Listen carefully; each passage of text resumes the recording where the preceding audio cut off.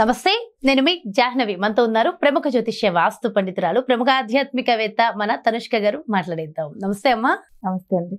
అమ్మ, ఏకాదశులు మొత్తం ఏకాదశులు 24 కదమ్మా? అవును, యాక్చువల్ గా మీకు అది 25 చెప్తూ ఉంటాము, ఎందుకంటే ఒక్కొక్క సంవత్సరంలో ఒక ఏకాదశి ఎక్స్ట్రా వస్తుంది. అయితే అమ్మ, ఈ 25 అంటున్నారు కదా, అసలు ఏకాదశులు ఆ విశిష్టత ఏమిటి? ఏకాదశులు ఏ ఏకాదశి ఎలా జరుపుకోవాలి, ఎవరు జరుపుకోవాలి, కాస్త వివరంగా డీటెయిల్ గా ఎక్స్ప్లెయిన్ చేయండి అమ్మా. ప్రతి ఒక్కరికి జాతక రీతిగా మనం చూస్తూ ఉంటాం, పూర్వ జన్మ కర్మ ప్రకారం వస్తుంది. సో వాళ్ళ జాతకానికి దాంతో పాటు ఈ పూజలు ఇవి కరెక్ట్ మనం మంచిగా చేసుకుంటే తప్పకుండా వాళ్ళకి ఫలితం అంటే ప్రతి ఒక్కరిది జాతక పరిశీలన చేస్తే ఇంకా మంచిగా ఏకాదశి చేయాలనేది అప్పుడు మంచిగా తెలుసుకోవచ్చు. ఎందుకంటే ఇప్పుడు వీళ్ళు పూర్వ జన్మంలో ఏం పాపం చేశారు అనే దానికి పూర్వ పుణ్యస్థానం జాతకంలో కనిపిస్తుంది. ఇప్పుడు పూర్వ పుణ్యస్థానం ఒకరికి మకర లగ్నం అనుకోండి, వాళ్ళకి పంచమ స్థానం ఏమైతుందంటే శుక్రుడు అవుతాడు. సో అంటే పూర్వ పుణ్యస్థానాధిపతి శుక్రుడు అంటే ఫీమేల్ ఎవరినో అసలు పూర్వ జన్మంలో అంటే లేడీస్ ని ఇబ్బంది పెట్టుంటానో వాళ్ళ శాపం వల్లనో వాళ్ళకి సమస్యలు రావచ్చు. అలా ఉన్నప్పుడు ఈ ఏకాదశిని మొక్కడం వల్ల మంచిగా అవుతుంది. సో అప్పుడు ఏమవుతుంది, వాళ్ళ జాతకం తెలుసుకునేటప్పుడు మంచిగా అవుతుంది. ఇప్పుడు సర్పదోషం ఉన్న వాళ్ళ లగ్నంలోంచి అంటే పూర్వ పుణ్యస్థానం ఏంది తెలుసుకుని దాని తర్వాత ఫాలో అవ్వడం, ఏ సమస్యలో దానికి తగినట్టుగా రెమెడీ ఉంటుంది. సో ఇప్పుడు ఏంటంటే ఇంకొకటి కామత ఏకాదశి, ఇది వచ్చి ఏమైతుందంటే జనరల్ గా వచ్చి చిత్త మాసం అంటే చిత్రై మాసం అంట తమిళ్లో. బట్ ఈ మాసంలో వచ్చి శుక్లపక్షం తిథిలో వచ్చేది కాబట్టి యాక్చువల్ గా ఏంటంటే దీన్ని మొక్కేదాని వల్ల ఆ ఏకాదశిలో వ్రతం ఉండేదాని వల్ల భార్యాభర్తల మధ్యలో ఉన్న గొడవలు పోతుంది అని చెప్తారు. ఇట్లా మనం ప్రతి ఒక్క ఏకాదశికి మనం చెప్పుకుంటూ ఉంటే అసలు 25 ఏకాదశిలు చాలా మంచి ఫలితాలే ఉంటుంది. తర్వాత వరుణితి ఏకాదశిని అంటారు, అంటే వరుతిథి అట్లా అని అంటారు. దీన్ని జనరల్ గా ఏంటంటే వైకాశి మాసంలో వస్తుంది. సో దీనివల్ల చాలా మంచి ఫలితాలు అంటే సకల పాపంని పోయి మంగళకరమైన మనకు ఒక బ్లెస్సింగ్స్ దేవుడి దగ్గర నుంచి దొరుకుతుందంటే అది ఈ ఏకాదశి వల్లని చెప్తారు. తర్వాత ఏంటంటే మోహిని ఏకాదశి అని చెప్తారు. సో ఇది కూడా ఏంటంటే మన పూర్వ జన్మంలో చేసిన పాపాలు తొలగించుకోవడానికి. తర్వాత రామచంద్రమూర్తి కూడా అంటే విష్ణుమూర్తి ఆయన వశిష్ఠ దగ్గర దీని గురించి కూడా కొన్ని విషయాలు తెలుసుకున్నారు. ఈ మోహిని ఏకాదశి గురించి కూడా కథలో ఉంటుంది. సరే, తర్వాత అపర ఏకాదశి అట్లానే ఉంటుంది. బట్ అపర ఏకాదశి ఏమైతుందంటే ప్రతి దానికి ఇప్పుడు ఒక మాట అబద్ధం చెప్పి ఉన్నారు, దాని వల్ల కూడా దోషాలు వస్తుంది. ఒక అబద్ధం వల్ల ఒక లైఫ్ కూడా పాడవుతుంది కదా. సో అలాంటి దోషాల గురించి కూడా అసలు ఈ పూజలు చేసుకోవచ్చు అపర ఏకాదశి తిథిలో. ఇప్పుడు మనం చేసుకుంటూ ఉంటే ఇక్కడ నిర్జల ఏకాదశి అని ఒకటి ఉంటుంది. ఇది తమిళ మాసం ప్రకారం ఆని మాసంలో వస్తుంది.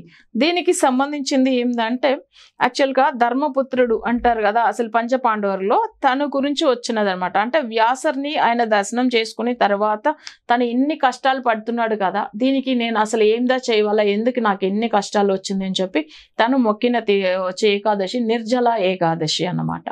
అంటే చూడండి, మనకు దేవుళ్ళే ఈ ఏకాదశిలో వ్రతం ఉండి ఉన్నారు. సో అప్పుడు రామచంద్రమూర్తి గాని ఇక్కడ పంచపాండవుల ధర్మరు గాని అసలు ఏంటంటే తను అసలు ఫస్ట్ అతను కదా ధర్మపుత్రుడు.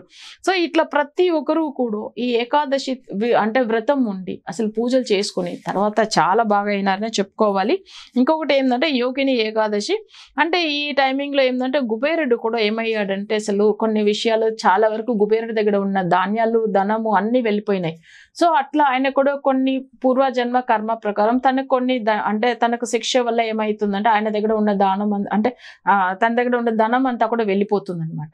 అప్పుడు ఏం చేస్తాడంటే యోగిని ఏకాదశి అంటే వ్రతం ఉంటాడు ఆయన. దాని తర్వాత స్వామివారు ఏం చేస్తాడు, ఆయనకి అష్టైశ్వర్యాలు తిరిగి ఇస్తాడు. సో ఇట్లా ఉన్నది ఏంటంటే కుబేరుడు కూడా ఆ ఏకాదశి వ్రతం ఉన్నాడు అని చెప్పాలి. సరే, మనం ఇంకా చూడాలంటే శయని ఏకాదశి అంటారు. ఇది వచ్చి ఏంటంటే మహాబలి చక్రవర్తి దగ్గర ఏమైతుందంటే 3 అడుగుల గురించి వెళ్తాడు చూడండి. అప్పుడు ఏమైతుందంటే త్రివిగ్రహ అవతారం తీసుకుంటాడు చూడండి. మహాబలి చక్రవర్తి దగ్గర వెళ్ళి 3 అడుగులు అడిగిన దానికి ఏమైతుందంటే వామన అవతారం, ఆయన మీకు తెలిసే ఉంటుంది. ఆయన ఏం చేస్తాడు అసలు ఆ టైమింగ్లో ఈ ఒక వ్రతం ఉండి తను అన్ని విధంగా తను అనుకున్న పనులన్నీ సాధించాడు అని చెప్పాలి. సో ఇంకొకటి ఏంటంటే ఇక్కడ మనం చెప్పాల్సింది ఇక్కడ కామిక ఏకాదశి గురించి చెప్పాలి. యాక్చువల్గా ఇది 17వ ఏకాదశి. జనరల్గా మనం 25 ఏకాదశిల గురించి చెప్పుకోవచ్చు, కానీ మనకు మాట్లాడేదానికి టైం లేదు. కానీ మనం ఇవి చూస్తే ఏకాదశి వ్రతం ఉండడం వల్ల అసలు మనకు చెప్పాలంటే ఐశ్వర్యం, తర్వాత ఏందంటే అసలు ఆరోగ్య విషయంది, నెక్స్ట్ ఏందంటే ఒక మంచిగా ఇంట్లో ప్రశాంతంగా ఉండడానికి, అన్ని విధంగా సకల సౌభాగ్యం వచ్చేదానికి కూడా ఈ ఏకాదశి తిథిలో వ్రతం ఉండడం చాలా వరకు మంచిది. ఎవరెవరు చూస్తున్నారు ఈ ప్రోగ్రాం, వాళ్ళకి ఏం సమస్యలు ఉందో దానికి తగినట్టుగా వ్రతం ఫాలో అవుతాయి. అంటే ఏకాదశి తిథిలో అసలు తప్పకుండా ఏం చేయాలి అనే విషయాలు మనం పూర్తిగా తర్వాత చెప్పడం అనేది జరుగుతుంది. ఎందుకంటే దీనికి సంబంధించినది మనమే కాదు, ఋషులు కూడా ఫాలో అయి ఉన్నారు, దేవతామూర్తులు దేవుళ్ళు కూడా చేసుకున్నారు. సో తప్పకుండా ఎంతో సమస్యలు ఉండవచ్చు జనులు, కానీ ఈ యొక్క ఏకాదశి వ్రతం వల్ల 100% రిజల్ట్ వాళ్ళకి కనిపిస్తుంది.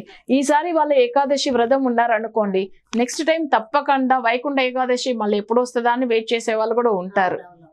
వైకుంఠ ఏకాదశి అనేది మోక్షానికి, మనకు మళ్ళీ ఇక్కడ పుట్టకుండా అసలు ఏ జన్మమే వద్దు, భగవంతుడి దగ్గర వెళ్ళిపోవాలి అని అనుకుంటారు ప్రతి ఒక్కరు, అంతే. సో అప్పుడేంది, లాస్ట్ లో మనం దేవుడి దగ్గర వెళ్ళి ఐక్యమైపోవాలి, ఆయన పాదాల దగ్గర వెళ్ళి చేరుకోవాలనే దాని వల్ల ఈ వైకుంఠ ఏకాదశి మొక్కడం అనేది ఉండింది. సో ఇది కాకుండా మనం ఉన్నంత వరకు, ఎందుకంటే ప్రతి ఒక్క జనులకు ఒకటి చదువు ఉన్నా వాళ్ళకి జాబ్ ఉండదు, లేదు చదువు ప్లస్ జాబ్ ఉన్న పెళ్లి కాదు. కొంతమందికి చూడండి అసలు అన్ని బాగుంటది, ఆరోగ్యం బాగుంటది, బట్ ఇట్లా ప్రతిది ఏదో ఒక సమస్య. ఎంతమంది ఇళ్లలో చూడండి అన్ని బాగుందండి, మాకు అసలు మనసు నిమ్మట్లేదు, అసలు ఎప్పుడు సంచలంతో ఉంటున్నాము, అస్సలు బాధపడుతూ ఉన్నాము, ఐశ్వర్యం ఉంది, మాకు అసలు ఎలాంటి సమస్యలు లేకపోయినా ఇది ఎందుకు వస్తుంది మానసిక బాధలు అని చెప్తారు. అంటే ప్రతి దానికి భగవంతుడు ఒక అనుగ్రహంతో మనకి ఏం కావాలి అని ప్రతి విషయంలో ఈ ఒక వ్రతం వల్ల మనం దీన్ని సాల్వ్ చేసుకోవచ్చు. ఇప్పుడు ఫస్ట్ ఏంటంటే ఇంట్లో ఏంటంటే ఆ రోజు నైట్ స్టార్ట్ అవుతాయి, 22nd నైట్ కదా, మన ఇంట్లో దీపాలు వెలిగించేసి, దీపం అంటే జనరల్గా విష్ణుమూర్తికి నువ్వుల నూనెతో వెలిగించవచ్చు. అట్లానే మనం ఏంటంటే అమ్మవారి గురించి మనం చేసినాం కాబట్టి యాక్చువల్గా ఏంటంటే వచ్చి నెయ్యి దీపం వెలిగించవచ్చు, ఎందుకంటే విష్ణుమూర్తిలోంచి వచ్చిన అమ్మవారి ఏకాదశి. సో మనం ఏంటంటే నెయ్యి దీపం వెలిగించే వాళ్ళు వెలిగించవచ్చు, లేదు నువ్వుల నూనె ఆయనకి ఇష్టమే, అసలు ఆ నువ్వుల నూనెతో కూడా వెలిగించవచ్చు. వెలిగించేసి ఫస్ట్ ఏంటంటే గణపతి అన్నమాట. సో గణపతి మంత్రం అంటే గణపతి అనేటప్పుడు మనం ఇప్పుడు ఏంటంటే శివకులంలో ఉండే వాళ్ళు గణేషుని మొక్కుతారు, కానీ వైణవ కులంలో ఉన్న వాళ్ళు ఏంటంటే ఆయనకు వచ్చి విశ్వక్సేన్ అని మీకు ఆల్రెడీ చెప్పి ఉంటాను, ఆయనని మొక్కుతారు. లేకపోతే ఏంటంటే అసలు తుంబికే ఆళ్వార్ అంటారు. తుంబికే ఆళ్వార్ అంటే ఏంటంటే గణపతినే ఆయన విష్ణుమూర్తి రూపంగా, అంటే వాళ్ళ ఒక దేంట్లో విశ్వక్సేన్ కనుక మొక్కుంటారు. సో అలా మొక్కుని కూడా స్టార్ట్ చేయవచ్చు. ఆ పూజ స్టార్ట్ చేసిన తర్వాత ఏంటంటే విష్ణుమూర్తికి ఆయనకు విష్ణు గాయత్రి మంత్రం చదువుకుని తర్వాత ఏంటంటే తులసి దళాలతో అర్చన చేయవచ్చు.